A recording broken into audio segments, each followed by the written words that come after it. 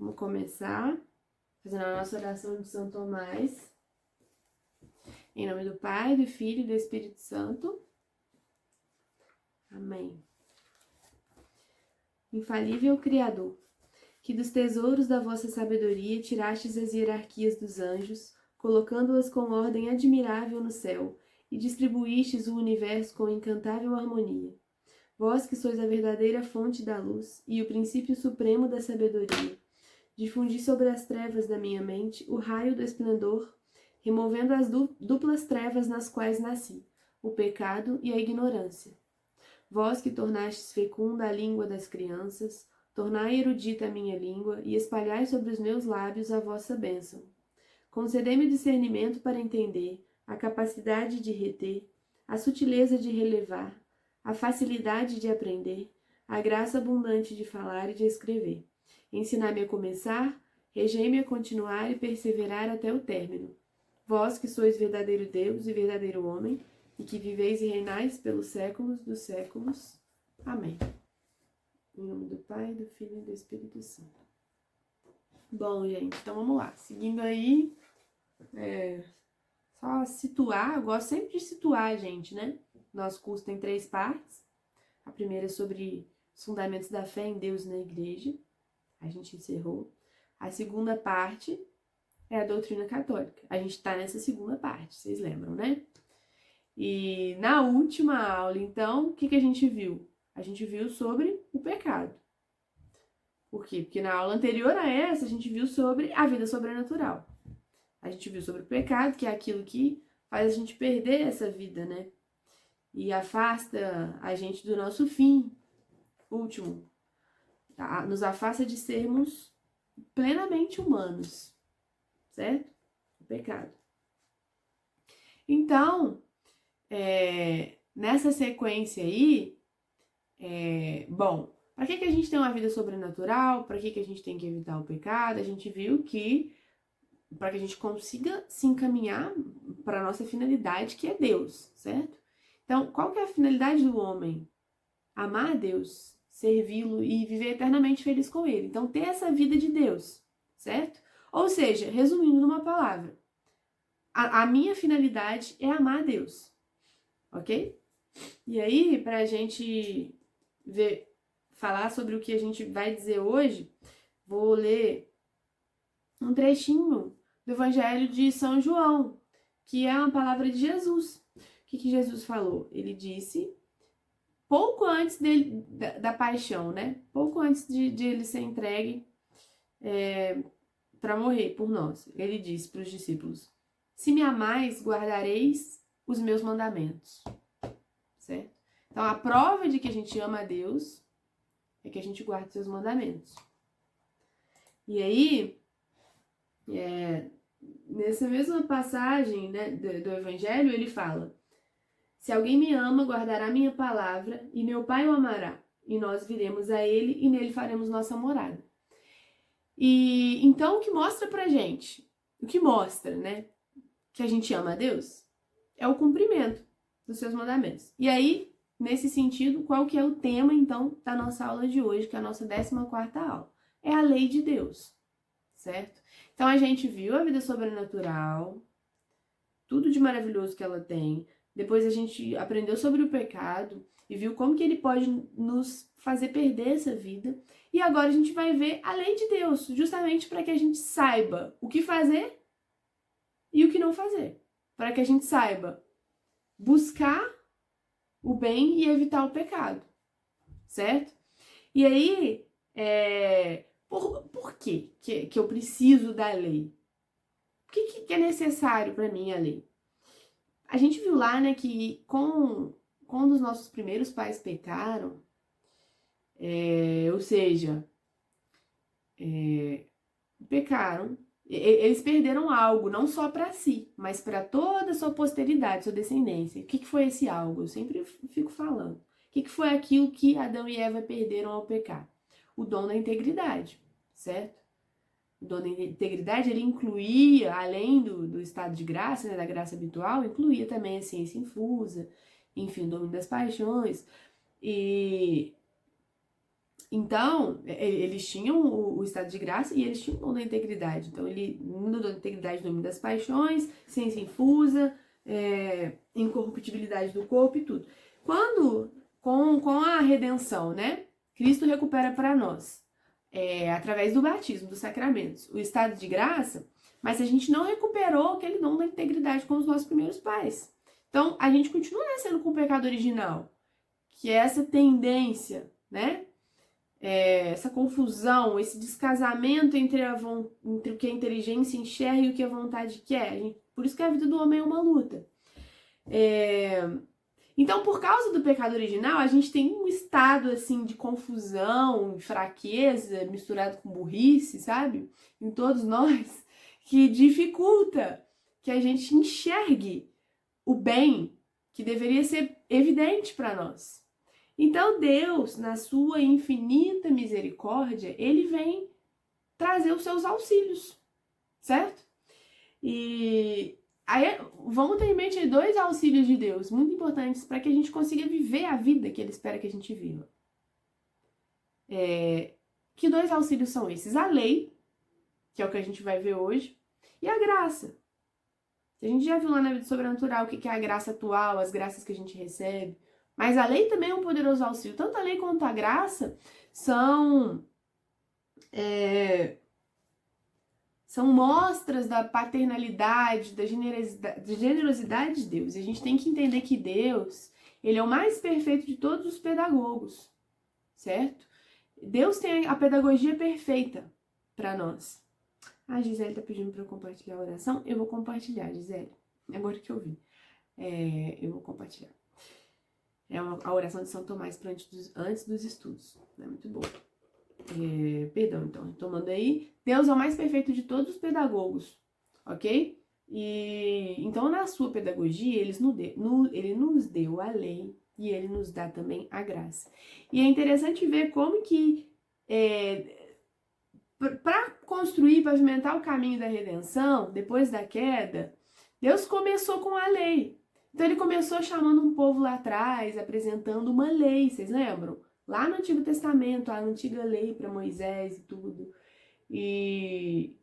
Só que ainda não existia claro que a graça atual agia, mas tudo aquilo que Cristo trouxe para nós, esse acesso ao Espírito Santo pelos sacramentos que nós temos hoje, nós não tínhamos, certo? E, enfim, foi um progresso aí a história da redenção do homem.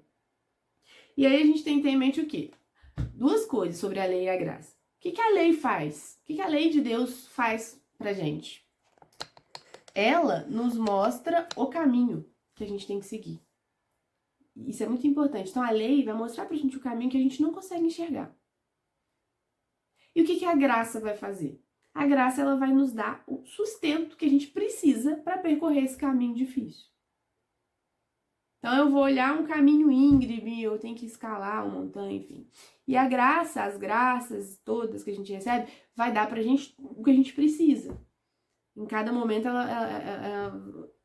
ela vai, enfim, ter as características necessárias, as características daquilo que a gente necessita. Deus é assim, ele é providente. Então, através da sua providência, a graça nos dá o sustento necessário em cada ponto do nosso caminho que a lei apontou, ok? Então, e como? Sobretudo através dos sacramentos. A gente vai ver mais pra frente que os sacramentos, eles produzem uma graça eficaz. Então, pra gente entender mais sobre a lei, como eu já falei aqui, a gente toma muito por base, né, o que a gente conhece mesmo, do senso comum como lei. E como que a lei é necessária para ordenar a vida social, para mostrar, para deixar claro o que a gente precisa fazer, né? Aí, às vezes você fica assim, poxa, mas olha as coisas que o indivíduo faz, para você ver como que hoje, eu tô até um pouco, eu falo que eu tava dando uma catequese agora para os meninos pequenos, novos, né, da Crisma. E a gente tava tendo catequese sobre estar nos mandamentos, e a gente tá falando sobre o 7º e o 10º mandamento, que é não roubar e tudo. E aí, tava explicando pra eles várias coisas que são roubar. E aí foi uma zona, uma risaiada, um desespero, que eles assim, meu Deus, eu roubei todas as jabuticabas de não sei qual árvore, de não sei aonde. E nossa, mas se eu derrubei a moto de alguém, e se eu danifiquei as coisas públicas, eu falei pra eles que fica estragando as carteiras da escola, enfim, depredando o patrimônio público, é aquela confusão, né? Aí você fica assim, gente, a nossa capacidade de perceber, às vezes, o que parece meio óbvio, é muito comprometido. E aí eu até contei pra eles que eu lembrei de um aluno que eu tive de Crisma, que era um menino muito bom, um menino ótimo, assim, católico, frequentava a igreja, tudo, muito bonzinho, não era um menino problemático. E aí, a gente teve a catequese sobre isso, né? O sétimo mandamento e o não roubar e tudo. Porque as pessoas falam assim, ah, não roubar. As pessoas acham que roubar é só roubar o banco, né? Fora isso, pode. Aí ele chegou pra mim, então, é que eu tô com uma dúvida, o que é que uma vez eu peguei um bombom, você não lembra direito, na loja ali, você roubar eu? É. Ele, nossa, eu não sabia. Aí tá explicando, aí eu expliquei tudo e tal. Aí beleza, depois ele me chamou de novo. Ele, então, é porque uma vez eu peguei, era outra coisa, era uma caneta, alguma coisa assim. Eu sei que ele me chamou 3 vezes, cada vez era uma coisa pior que a outra. Mas ele tava assim, super surpreso de entender que ele tinha cometido uma coisa errada. E aí explicando pra ele que o pecado que requer reparação. Então ele tem que devolver o que ele roubou. Ele, mas eu comi. Enfim, uma confusão. Por que eu tô falando isso, gente? Dando esses exemplos assim. Porque parece que isso é uma bobeira, porque é um menino e tudo. Mas essas coisas acontecem com a gente. Como eu falei, o pecado original, ele deixa a gente meio burro, sabe? Então a gente não tem... A lei de Deus, ela tá inscrita no nosso coração. Que a lei de Deus é a lei eterna. É a verdade das coisas. E a gente tá prejudicado de conseguir perceber às vezes o óbvio. Então a gente precisa de uma lei. E que tipo de lei? Uma lei moral. O que que significa isso, moral? Eu vou usar aqui o conceito clássico de moral, tá? Moral, no sentido clássico, tem o mesmo sentido de ética. Ética e moral são a mesma coisa. Uma diferenciação entre ética e moral começou a acontecer na filosofia moderna, depois do século XVIII. Mas ética e moral sempre tiveram o mesmo sentido e significa conduta, certo? Conduta. Como que eu vou agir? Enfim. Então, uma lei moral é uma lei que vai me dar regras de conduta. E aí eu vou ler aqui pra vocês o que o... inclusive tô... Aqui, ó. Catecismo, tá? Da Igreja Católica. Ele normalmente é amarelo, o meu tá desbotado. Coitado. Tão velho. Mas, lá no Catecismo da Igreja Católica, número 1950, tá escrito assim: a lei moral é obra da sabedoria divina. Pode-se definir a lei moral, no sentido bíblico, como uma instrução paterna, uma pedagogia divina. Prescreve ao homem os caminhos do mal. Desculpa, tá errado. Proscreve ao homem os caminhos do mal que desviam de Deus e de seu amor. É, ao mesmo tempo, firme nos seus preceitos e amorosa em suas promessas. Isso aqui é muito importante a gente destacar, porque a lei ela é firme nos seus preceitos, mas ao mesmo tempo ela é amorosa em suas promessas. Então a lei de Deus, ela não é simplesmente enfim, aquela coisa livresca, sabe? É assim porque eu quero. Não. Muitas vezes a gente não entende. Por causa disso que eu falei, essa capacidade prejudicada de perceber a verdade que a gente tem. Mas se por um lado ela é firme, ela é objetiva, sim é sim e o não é não, por outro lado, Deus é, como eu disse, o mais perfeito dos pedagogos, muito acolhedor, e o cumprimento da lei divina, que é a nossa obrigação, ele é acompanhado de inúmeras e eternas promessas, certo? Então Deus é extremamente generoso e misericordioso. Tendo entendido o que é uma lei moral, né, que ela vai dizer para nós qual que deve ser a nossa conduta, vamos agora então conhecer de fato essa lei de Deus, dar nome aos bois, tá? Então, a primeira lei que a gente vai aprender é a lei natural. Não sei se todo mundo já ouviu falar da lei natural. Inclusive, essa ideia, esse conceito, esse princípio de lei natural não é uma coisa que existe simplesmente no no cristianismo, no catolicismo. Isso daí é anterior ao catolicismo.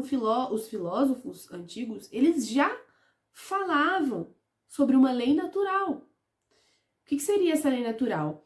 Seria um conjunto de princípios de conduta, do que é o certo, o que é o errado, que seriam evidentes para o homem, seriam intuitivos, que isso teria surgido nas sociedades, certo? É tipo óbvio. Que você não pode matar as pessoas, sabe? A propriedade privada, essas coisas. Tudo isso faz parte da lei natural. Então, inclusive, a lei natural ela é estudada no direito. Ok? Então, a lei natural é algo que dá os preceitos essenciais que regem a vida moral de todos os povos, tá? Inclusive, lá no Catecismo, novamente, no número 1959, a gente tem uma colocação aqui a respeito disso. Eu vou ler para vocês novamente. Obra excelente do Criador, a lei natural fornece os fundamentos sólidos sobre os quais pode o homem construir o edifício das regras morais que orientarão suas opções. Ela assenta igualmente a base moral indispensável para a construção da comunidade dos homens. Então ele fala aí que a lei natural, ela direciona os fundamentos da organização social, da lei das próprias sociedades, certo? Então é que você vê vários elementos em comum em todas as civilizações que surgiram, ok? Aí o Papa Leão XIII, na encíclica Libertas Prestantissimo, o Papa Leão XIII, ele diz o seguinte: a lei natural se acha gravada na alma de todos e cada um dos homens, porque ela é a razão humana ordenando fazer o bem e proibindo pecar, certo? Então, vamos dar um nome mais comum que a gente conhece para isso aí: consciência. Todo mundo sabe falar isso. A sua consciência, não sei o quê. Porque todo mundo tem isso mesmo, a consciência, é a lei natural, certo? Tanto é que muitas das pessoas que escolhem o caminho do mal, em diferentes circunstâncias, elas sabem que elas estão fazendo uma opção pelo mal, mas que aquilo é o mal. Tanto é que muitas vezes elas escondem, certo? Por que eu esconderia? Tudo bem que pode ser por, eu quero evitar outros prejuízos e tudo, mas por que eu vou esconder um negócio que eu tô convicto de que não é ruim, certo? E agora uma definição de São Tomás de Aquino. A lei natural outra coisa não é senão a luz da inteligência posta em nós por Deus. Por ela, conhecemos o que se deve fazer e o que se deve evitar. Então, ele traz a lei natural como sendo algo que é o que a gente viu, né? Que Deus inscreveu na inteligência de cada homem. Ok? Beleza, então acho que deu aí para dar uma explanada sobre a lei natural para a gente entender de que se trata. Agora, vamos passar para outra lei, a lei antiga. E essa lei, a lei antiga, mas não foi deixada de lado, ela foi aperfeiçoada. É isso aí que a gente vai ver. Tá, vamos lá. Lei antiga. O que é a lei antiga? São os 10 mandamentos. Resumindo, o decálogo, que a gente chama de decálogo. Por quê? Porque foi a lei objetiva mesmo, que Deus revelou para o homem no passado, certo? Foi a primeira lei objetiva que Deus revelou para o homem, ok? Então, para quem não tá com isso vivo aí, se vocês se esqueceram, a gente viu isso lá na primeira parte do curso, quando a gente estava falando do caminho da revelação. Tem uma aula, não sei se é terceira, quarta, uma das primeiras, que chama O Caminho da Revelação, em que a gente falou justamente sobre, né, que depois da queda, que Adão e Eva pecaram, enfim, o pecado entrou no mundo, aí ficou aquela maluquice e tudo. Aí vocês lembram que Adão e Eva, depois de Caim e Abel, tiveram mais filhos. Um deles foi Sete. E que de Sete descende os homens, descende Noé. De Noé descende Abraão, que foi lá em Abraão que começou Deus a formar um povo. Ele disse para Abraão que escolheria um povo, que conduziria esse povo, que desse povo viria o Messias, o Salvador. Então era a preparação para a vinda de Cristo. Então de Abraão descende Moisés, certo? E foi a Moisés que Deus entregou a lei antiga, as 2 tábuas da lei, os 10 mandamentos, para guiar o povo hebreu, certo? Então, a lei antiga, os 10 mandamentos revelados a Moisés, foi o início da revelação, o início da lei revelada por Deus, onde Deus começava a indicar um caminho, certo? A preparar um povo para a conversão.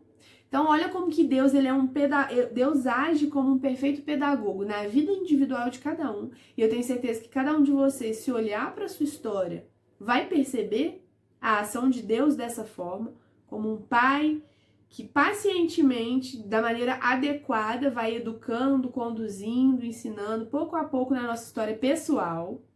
Mas Deus também faz isso num sentido amplo com a humanidade, certo? Com o homem no sentido geral. Então, Deus conduziu, né, o homem dessa forma, depois da queda, nesse caminho todo da redenção, ok? Então, lá no início, com o início da lei revelada, Deus começava a preparar o povo para a conversão. Vocês lembram quando Jesus fala nos evangelhos alguma coisa, acho que é na hora que perguntam lá da carta de divórcio, e que eles ficam tentando contrapor Jesus, o que ele ensinava com o que era a lei antiga. E, mas Moisés isso e aquilo, não sei o quê. E os antigos falavam para fazer isso. E aí, acho que é nessa parte que Jesus fala que muitas coisas eram de determinada forma por causa da dureza do coração do homem. Então, aos poucos, Deus foi mostrando o caminho do amor. Mas ele começou com a lei. Então, no catecismo fala que a lei revelada ela foi preparando o homem para a verdadeira conversão, que é o evangelho, certo? Então, o evangelho é o culminar da lei de Deus, é o aperfeiçoamento da lei. Ok? Então, o que é isso? Essa lei antiga? É o decálogo, conhecido como decálogo, são os 10 mandamentos. Então, dado a Moisés, ao chefe do povo escolhido, tá? E o que o decálogo faz? Ele proíbe aquilo que é contrário ao amor de Deus e ao próximo. Se a gente for ver, os 3 primeiros mandamentos, eles dizem respeito à nossa relação com Deus, e os 7 últimos mandamentos dizem respeito à nossa relação com o próximo. Então, eles fazem 2 coisas. Por um lado, os mandamentos fazem proibições. E por outro lado, os mandamentos, eles constituem prescrições, preceitos, coisas que ele manda fazer. Então, os mandamentos, eles mandam a não fazer e mandam fazer. Eles falam o que é proibido e o que deve ser feito, certo? Então, ele dá proibições e dá ordens positivas também, ok? Então, ele proíbe o que é contrário ao amor de Deus e ao próximo e prescreve o que é essencial ao cumprimento do amor de Deus, amor a Deus e ao próximo. Então, o que é o decálogo, os 10 mandamentos? É uma luz que Deus oferece à consciência do homem. Para quê? Para manifestar o chamado que ele faz para os seus caminhos. Então, é uma maneira de explicitar, de manifestar os chamados de Deus, ok? E aí eu vou falar para vocês uma frase muito bonita de Santo Agostinho. Como eu disse, né, eu falei que a lei de Deus está escrita no coração do homem, que o pecado original ele embotou a nossa inteligência, os nossos pecados pessoais também fazem isso, e a gente não consegue enxergar a verdade que está ali. Então, Santo Agostinho fala o seguinte: Deus escreveu nas tábuas da lei aquilo que os homens não conseguiam ler em seus corações. Olha que bonito, certo? E é exatamente isso, o que foram os 10 mandamentos. Essa preparação aí para o caminho de Deus. E aí, uma vez que a gente compreendeu o que é a lei antiga, eu só não entrei, ainda não entrei neles especificamente, mas a lei antiga é isso, os 10 mandamentos, tá? Então vamos entender o que é a nova lei, ok? Então, primeiro ponto que a gente precisa entender o que é a nova lei. A nova lei é a lei trazida por Cristo. Ah, então Cristo aboliu a lei antiga e trouxe uma nova lei? De forma alguma. Inclusive, ele fala isso nos evangelhos, que nenhuma letra seria tirada da lei, que ele não veio abolir a lei, mas levá-la à perfeição. E é justamente isso. Lembrando que a perfeição, a gente vai ver isso, a perfeição de um ato, ela não se encontra simplesmente no ato em si, no objeto do ato. Ela se encontra, sobretudo, na intenção, na vontade daquele ato. Ou seja, a perfeição de uma obra não se encontra só nos aspectos exteriores daquela obra. Se encontra naquilo que está movendo aquela ação. E é muito nesse sentido que Cristo veio aperfeiçoar a lei antiga. Ou seja, é mais ou menos como se ele dissesse assim: não importa só fazer a coisa certa, tem que fazer pelos motivos certos. E além do mais, algo que se evidenciou, né? Se você não tem os motivos certos, você acaba não conseguindo fazer as coisas certas. Porque a sua vontade tá fraca. Certo? Então, a gente precisa entender que a nova lei, ela é o aperfeiçoamento da lei antiga. A lei antiga, ela trazia o preceito, ou seja, aquilo que deveria ser feito, mas ela não trazia consigo, por si só, pela força da lei, ela não trazia o Espírito Santo e a graça de cumprir a lei. O Espírito Santo e a graça de cumprir a lei, quem trouxe foi Jesus, através da obra da redenção e através da igreja, que administra os tesouros da redenção. Essas graças do Espírito Santo, que dão força para cumprir a lei, são distribuídas generosamente por meio dos sacramentos. É importante a gente ir compreendendo isso. A igreja é guardiã dos tesouros da redenção. E por meio dos sacramentos ela distribui os frutos da redenção alcançados por Cristo. Distribui as graças que nos dão a força para cumprir a lei. Que a lei antiga não trazia isso. A lei nova é a lei antiga sublimada, potencializada, com o Espírito Santo, certo? Então, a nova lei, ela também é denominada lei de amor. Por que ela é denominada lei de amor? Porque a gente vê que Jesus fala que a nova lei é a lei do amor. Por quê? Porque ela nos leva a agir pelo amor infundido pelo Espírito Santo e não pelo temor. Então, a nova lei é a lei do amor, não é porque ela é paz e amor, todo mundo pode fazer o que quiser, é só amar. Não é isso. A nova lei é a lei do amor porque ela vem trazer algo que nos devolve a vida sobrenatural e nos leva a agir pelo amor e não pelo temor. Antes, se cumpria a lei pelo temor. Agora, com o Espírito Santo, com a graça, com a vida sobrenatural, a gente tem a possibilidade de viver a vida de Deus e viver pelo amor, certo? Claro que muitas vezes a gente começa pelo temor e esse é um dos caminhos mais comuns. Primeiro a via do temor e a gente vai desenvolvendo e indo pelo amor, ok? Mas o objetivo da nova lei, da lei de Cristo, é que a gente viva pelo amor, ok? Então, isso é muito bonito, porque na lei antiga nós éramos servos, nós estávamos, lembra que a gente estava separado de Deus, tínhamos perdido o estado de graça, certo? Nós éramos servos. A nova lei, a redenção, os sacramentos, o batismo, faz com que nós sejamos promovidos de servos para amigos, amigos íntimos, filhos, certo? Então, a nova lei, ela nos eleva do estado de servos para o estado de amigos, ok? Aí, vou ler uma citação aqui de Santo Agostinho, que é o seguinte, ó.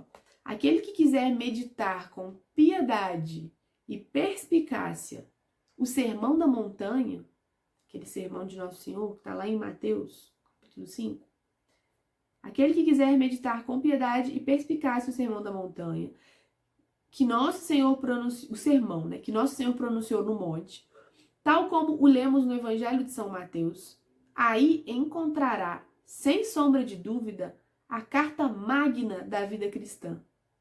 Este sermão contém todos os preceitos apropriados para guiar a vida cristã. Então, por que eu estou lendo isso aqui para vocês? A gente está falando aqui dos 10 mandamentos, certo? Que são a lei antiga e continua valendo. E a gente está falando que a lei nova, os evangelhos, Jesus, ele veio aperfeiçoar a lei antiga. Então, a gente precisa encontrar, né, aqui nas Sagradas Escrituras, esses preceitos que vão dar para a gente o tom com que a gente deve, as coisas que a gente deve perceber, as sutilezas que a gente deve perceber na lei antiga e que a gente não era capaz de perceber pela dureza do nosso coração, ok? Então, Santo Agostinho está falando pra gente que o Sermão da Montanha contém, que ele é a carta magna da vida cristã, e isso é muito importante, muito sério, porque ali realmente contém uma abundância de preceitos, de considerações, de indicações que Jesus Cristo nos dá de como a gente deve viver, certo? O Sermão da Montanha está lá no Evangelho de São Mateus, lá no capítulo 5. Para quem não lembra, é aquele sermão das bem-aventuranças, quando Jesus fala: felizes os pobres em espírito, porque a eles pertence o reino dos céus. Felizes os aflitos, porque serão consolados. Felizes os mansos e humildes, porque herdarão a terra da promessa. Felizes os famintos e sedentos da justiça, porque serão saciados. Felizes os misericordiosos, porque serão tratados com misericórdia. Felizes os puros de coração, porque verão a Deus. Felizes os promotores da paz, porque serão chamados filhos de Deus. Felizes os perseguidos por causa da justiça, porque a eles pertence o reino dos céus. Felizes sereis quando vos ofenderem, perseguirem e disserem todo tipo de calúnia contra vós, por minha causa. Ficai alegres e contentes, porque grande será a vossa recompensa. Então, olha só, o tanto de coisa... Aí que tá. A gente vai começar a pescar aí nas palavras de Jesus, não só as proibições e as indicações da lei antiga, mas aquele chamado a viver as virtudes. E a gente começa a ver as virtudes aí aparecendo nos evangelhos. Olha o que Jesus fala pra gente aí. Que a gente deve ser manso, humilde, ter sede de justiça, misericordiosos, puros de coração, promotores da paz, certo? Olha o tanto de coisa que ele fala aí a respeito de como deve ser a nossa vida cristã.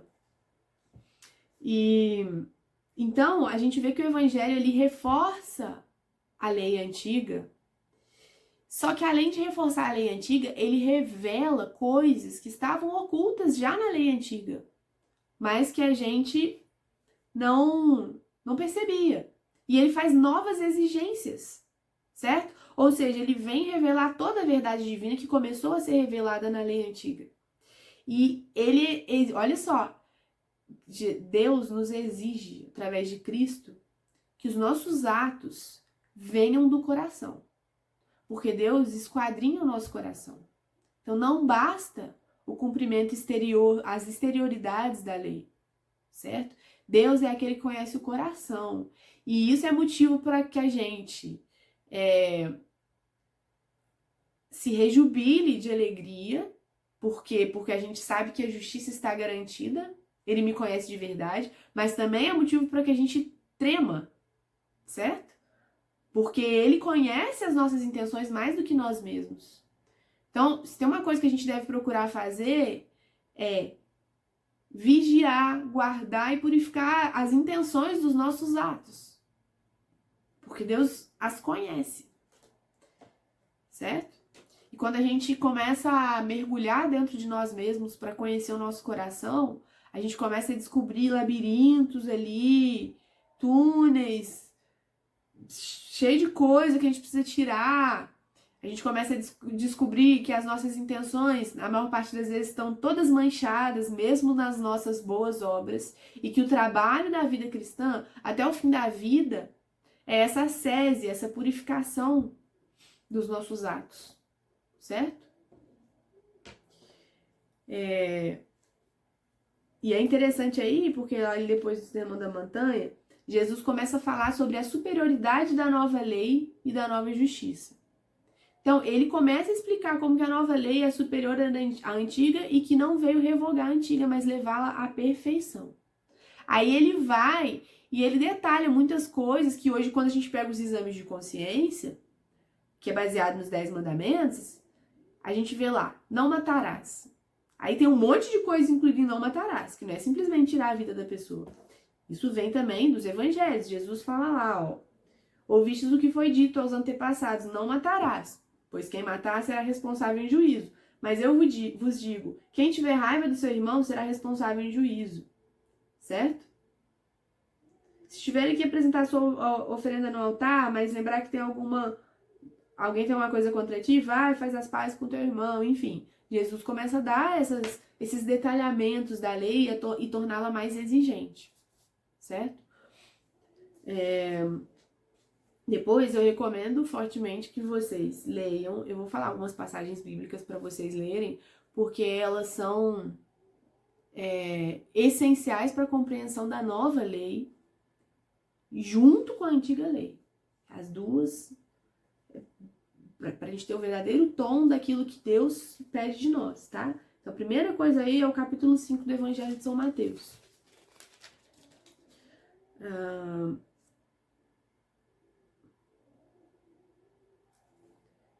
O capítulo 5 e o capítulo 6. Tá? Então aí no capítulo 6, ele é muito bom também, ele fala muitas coisas sobre como as nossas ações ocultas, Deus vê as nossas ações, a gente tem o Pai Nosso, Jesus ensinando os discípulos a rezarem o Pai Nosso no capítulo 6, ele fala como que a gente não pode servir a Deus e ao dinheiro, ok?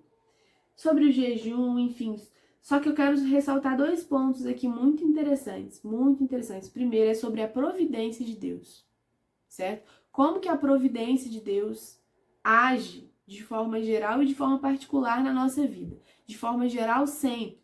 De forma particular, sempre mais na medida em que a gente se abandona nas mãos da providência.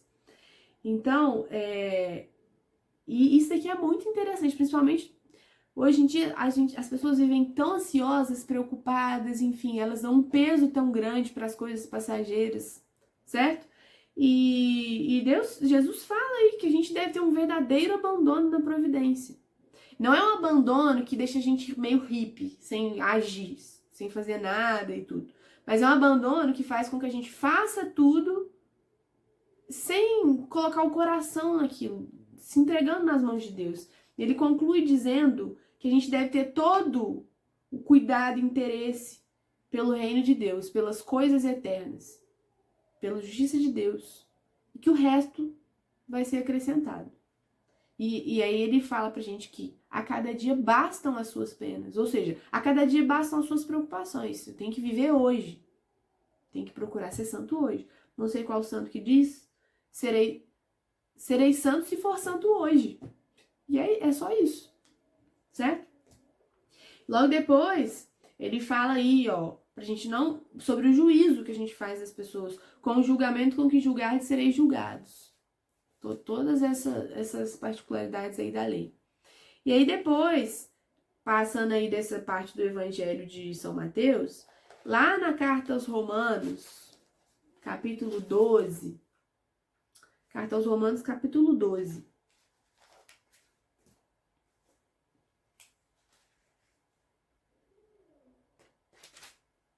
lá no versículo 9, na minha tradução pelo menos, o título que começa é Normas da Vida Cristã.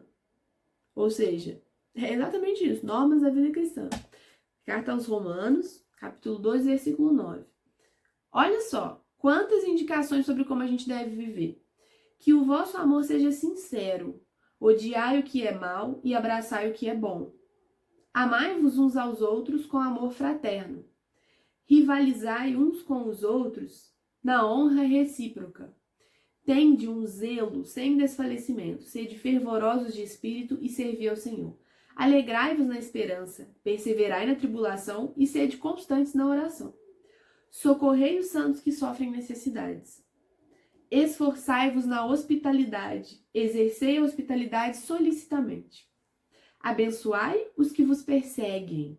Abençoai e não os amaldiçoeis. Alegrai-vos com os que se alegram. Chorai com os que choram. Ou seja, o que é isso aí? Empatia. É eu amar realmente o próximo, eu participar das alegrias e dos sofrimentos. Certo? Desenvolvei entre vós o espírito da concórdia. Não tenhais gosto pelas grandezas, antes deixai-vos atrair pelo que é humilde. Não vos considereis como sábios, não pagueis a ninguém mal por mal. Procurai fazer o bem para com todos os homens. Vivei em paz com todos, se for possível, e no que depende de vós. Não façais justiça por própria conta, caríssimos, mas deixai agir a cólera de Deus, porque está escrito: a mim pertence a vingança, eu farei justiça, diz o Senhor. Pelo contrário, se teu inimigo tiver fome, dá-lhe de comer. Se tiver sede, dá-lhe de beber. Se fizeres isto, amontoarás brasas vivas sobre sua cabeça. Não te deixes vencer pelo mal, mas vença o mal pelo bem. Certo? Então, próxima parte que eu queria destacar para vocês aí é a primeira carta de Coríntios, capítulo 13. Eu acho que essa é a minha parte preferida da Bíblia. Uma delas. Não sei se todo mundo já ouviu falar. Capítulo 13 da primeira carta aos Coríntios, em que há uma belíssima exortação a respeito do amor, da caridade, da virtude da caridade, certo? Então, leiam, porque isso daí é objeto de muita reflexão sobre o que é o amor de fato, certo? A caridade. Então, vou ler para vocês. Excelência da caridade. Se eu falasse as línguas dos homens e dos anjos, mas não tivesse a caridade, seria um bronze que soa ou um sino que toca. E se eu tivesse o dom da profecia e conhecesse todos os mistérios e toda a ciência, e se eu tivesse toda a fé a ponto de transportar montanhas, mas não tivesse a caridade, não seria nada.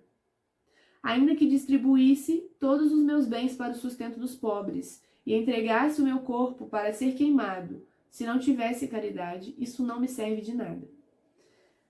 É só um adendo, tá? A caridade não é obra social, não. Tá?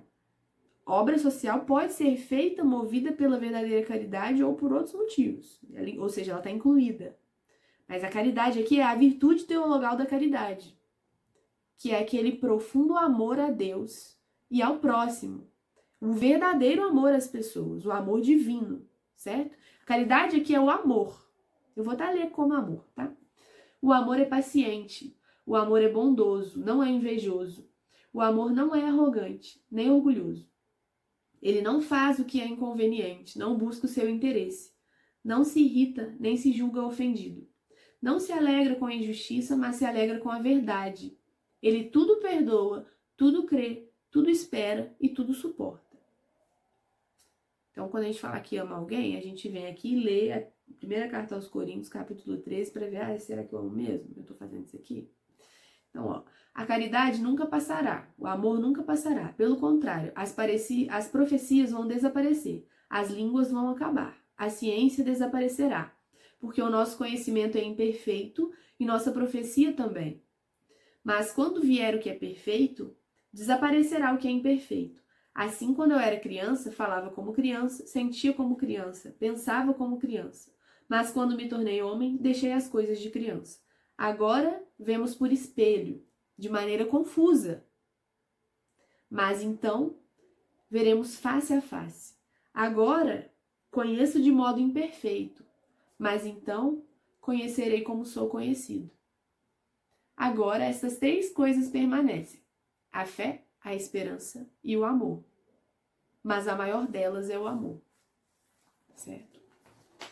Então tá aí, leiam, ok?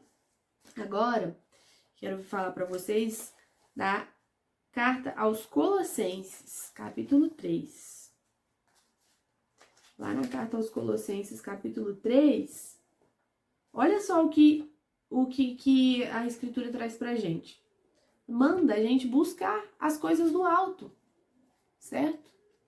Assim como Jesus falou lá em Mateus que a gente tem que buscar primeiro as coisas de Deus, o reino dos céus. depois das outras coisas. Ele fala aqui então, ó, portanto, se ressuscitastes com Cristo, buscai as coisas que são do alto, onde Cristo está sentado à direita de Deus.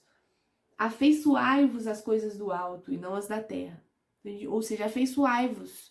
Desenvolvam um verdadeiro gosto pelas coisas de Deus, pelas coisas da virtude, pelas coisas piedosas. Porque estáis mortos para essas coisas, as coisas da terra, e vossa vida está escondida com Cristo em Deus. Quando Cristo, vossa vida, aparecer, então aparecereis também com ele, revestidos de glória. E aí começa o seguinte, ó, preceitos gerais para esta vida. Então vem aí, as regras da nova lei. Mortificai, portanto, para sempre os vossos membros terrestres. As relações sexuais desonestas, a impureza, a paixão desregrada, os maus desejos, a cupidez, que é a idolatria. Essas coisas atraem a ira de Deus sobre aqueles que resistem ao seu apelo. Assim também vós procedíeis outrora, vivendo nos mesmos pecados. Mas agora rejeitai vós também tudo isso: a ira, a indignação, a maldade, a injúria, a linguagem indecente esteja longe de vossos lábios. Não vos enganeis uns aos outros, porque despistes o homem velho com as suas obras e vos revestistes do novo, o qual continuamente se renova para alcançar o pleno conhecimento, segundo a imagem do seu Criador.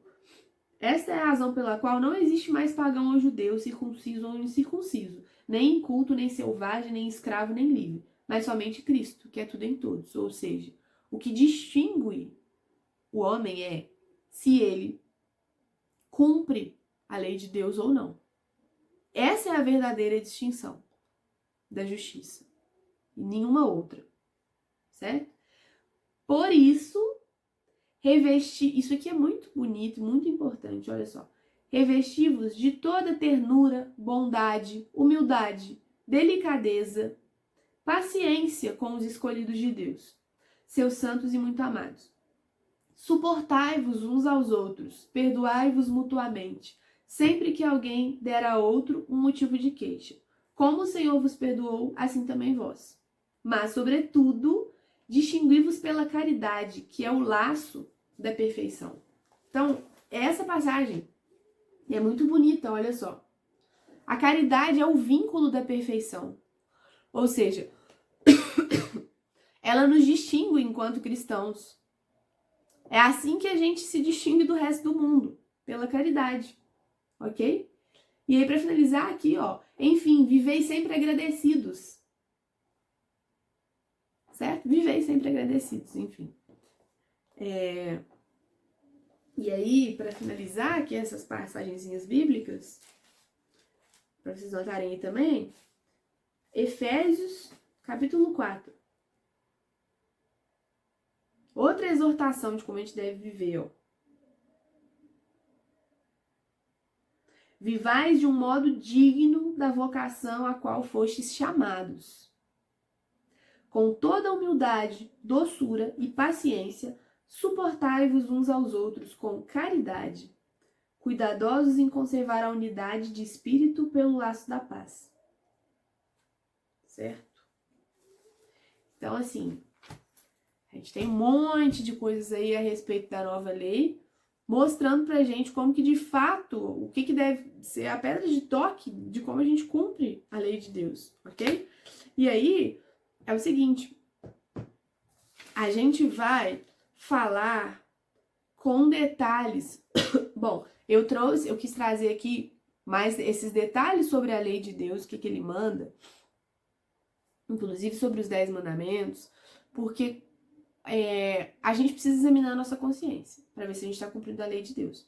A gente vai falar detalhadamente sobre o sacramento da confissão, extremamente importante para a nossa vida sacramental, a gente receber as graças de Deus aí.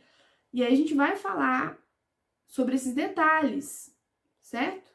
Do exame de consciência, do sacramento da confissão. É porque agora a gente está focado em compreender qual que é o conteúdo da lei de Deus. Depois a gente vai aprender com mais detalhes como que eu vou usar isso na prática, na confissão e tudo, ok? E aí, o que eu quero trazer aqui?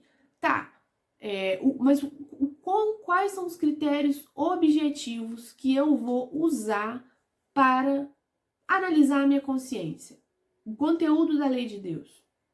Claro que eu vou estudar tudo a respeito da vida de Cristo, eu vou ler essas passagens bíblicas aqui, eu vou mergulhar na vida dos santos, porque eles foram aqueles que souberam viver a lei de Deus com perfeição, eles vão me dar o exemplo. Eu vou fazer tudo isso, mas objetivamente eu vou pegar os 10 mandamentos da lei de Deus e os 5 mandamentos da igreja para eu ter um norte do objeto de análise da minha consciência, dos meus pecados. E aí, só que os 10 mandamentos, como eu falei, a gente tem manuais de confissão que detalham pra gente os 10 mandamentos sob a luz da nova lei, certo? Sob a luz dos evangelhos, das sagradas escrituras, para que a gente consiga compreender essas matizes, esses detalhes e essas exigências que Jesus trouxe pra gente. E aí é o seguinte, eu mandei para vocês... Eu recomendei para vocês desde o início alguns devocionários, por exemplo. Eu recomendei a Seleta de Orações e eu recomendei esse devocionário aqui, que eu gosto demais. Inclusive, quem quiser, eu mando, tem o link, tem um link muito baratinho desse aqui na Shopee, que tá menos de R$20. Ele é maravilhoso, assim, eu recomendo muito ter esse devocionário. Ele tem alguns exames de consciência muito bons, certo? Mas, eu mandei para vocês um PDF de um manual de confissão do Padre Paulo Ricardo, que ele disponibiliza em PDF. Esse manual de confissão é excelente e muito completo. Então eu recomendo imprimir, enfim, eu tenho ele impresso aqui, só que ele tá até grande, é bom imprimir menor. Ele é muito bom, por quê? Porque, olha só, ele traz todas as orientações detalhadas sobre os mandamentos, certo? E sobre o sacramento da confissão também, que a gente vai ver. Mas ele vai falar aqui sobre quando que existe pecado mortal, o que é matéria grave, que a gente viu lá na aula passada, o que é eu ter a plena advertência, o pleno consentimento, os requisitos para a confissão ser válida. Mas aí, o que eu quero focar hoje aqui é no exame de consciência. Por quê? Porque ele traz pra gente os 10 mandamentos com esses detalhamentos aí, certo? Do pecado, ok? E aí eu tô pensando no seguinte, eu esperava que hoje eu conseguisse entrar em detalhes aqui mais dos mandamentos, só que não vai dar tempo. Eu quero trazer para vocês esse exame de consciência que tem aqui, detalhado, pegando cada mandamento, né? A gente vê objetivamente o conteúdo do pecado. A gente tem que ver também os 5 mandamentos da igreja, porque eles também são os preceitos. Os 10 mandamentos e os 5 mandamentos da igreja. E aí, aqui na Seleta, nesses 2 devocionários, tem um exame de consciência curto, que seria um exame de consciência diário para eu fazer ao final do dia, que é muito bom, para eu analisar as minhas ações do dia. E aí é o seguinte, eu vou trabalhar isso aqui com vocês em outra aula, porque isso aqui tudo vai entrar junto com a questão do sacramento da confissão, certo? Mas aí a gente vai ver o exame de consciência geral, detalhado, pra gente fazer uma boa confissão, se for o caso, fazer uma confissão geral, enfim. E a gente vai ver esse exame de consciência diário, pra gente fazer todos os dias. E tem aqui nesse devocionário, tem um exame de consciência muito maravilhoso sobre os pecados veniais. Lembra que a gente falou na aula passada sobre o pecado? Aí a gente falou sobre o pecado mortal, óbvio, que ele separa, mata a vida da graça em mim, mata a vida sobrenatural. Mas a gente falou também sobre o pecado venial, e a gente dividiu o pecado venial em 2. Que é aquele pecado venial deliberado, que eu tenho apego, que eu faço com advertência, que ele é abominável também, que ele me encaminha pouco a pouco ao pecado mortal. E a gente falou sobre os pecados veniais de surpresa, aqueles que eu cometo por causa das minhas imperfeições mesmo, mas que eu não queria cometer, que eu tô combatendo. E aí a gente viu como que a gente deve abominar todo o pecado, inclusive o venial, deliberado. A gente deve combater. E esse exame de contrição é muito bom, porque... esse exame de consciência é muito bom, porque ele ajuda a gente a analisar a nossa consciência segundo os pecados veniais também. E E aí a gente vai fazer isso então. Agora que a gente viu com mais detalhes o que é a lei de Deus, e de forma objetiva, né? Que a gente deve se ater aos 10 mandamentos com esse detalhamento, né, que a gente tem nos manuais a respeito da nova lei e os 5 mandamentos da igreja, a gente vai esmiuçar isso daí na próxima aula, provavelmente, tá? Então, o que eu espero que tenha ficado claro hoje é o que é a lei de Deus. Porque a gente fica assim, tá, eu quero ficar em estado de graça e eu quero seguir a Deus, o que eu tenho que fazer? Ok? Então, objetivamente, a gente tem aí o conteúdo da lei. A gente compreendeu o que é a lei natural, o que era a lei antiga, o que é a nova lei e como que a nova lei abraça a lei antiga e eu preciso observar a lei antiga sob a ótica da nova lei. Espero que isso tenha ficado claro. E aí na próxima aula a gente vai entrar em detalhes sobre o conteúdo dos mandamentos e sobre o exame de consciência, sobre o sacramento da confissão. Tá bom, gente? Combinado? Então, para finalizar, vou fazer a oração. Eu vou fazer uma oração que são as súplicas ao Sagrado Coração de Jesus. Para quem não sabe, estamos em junho, que é o mês do Sagrado Coração, mês dedicado ao Sagrado Coração de Jesus, certo? E, enfim, vem muito a calhar com o que a gente está vendo, porque estamos aprendendo a lei de Deus e a gente viu aí, né, lá no início, que Jesus no Evangelho de São João nos fala: se me amais, guardarei os meus mandamentos. E essa devoção ao Sagrado Coração, ela é muito bonita e muito necessária, porque ela traz pra gente os sentimentos humanos de Cristo, os afetos humanos de Jesus, que ele tem, porque Jesus é um verdadeiro homem por nós.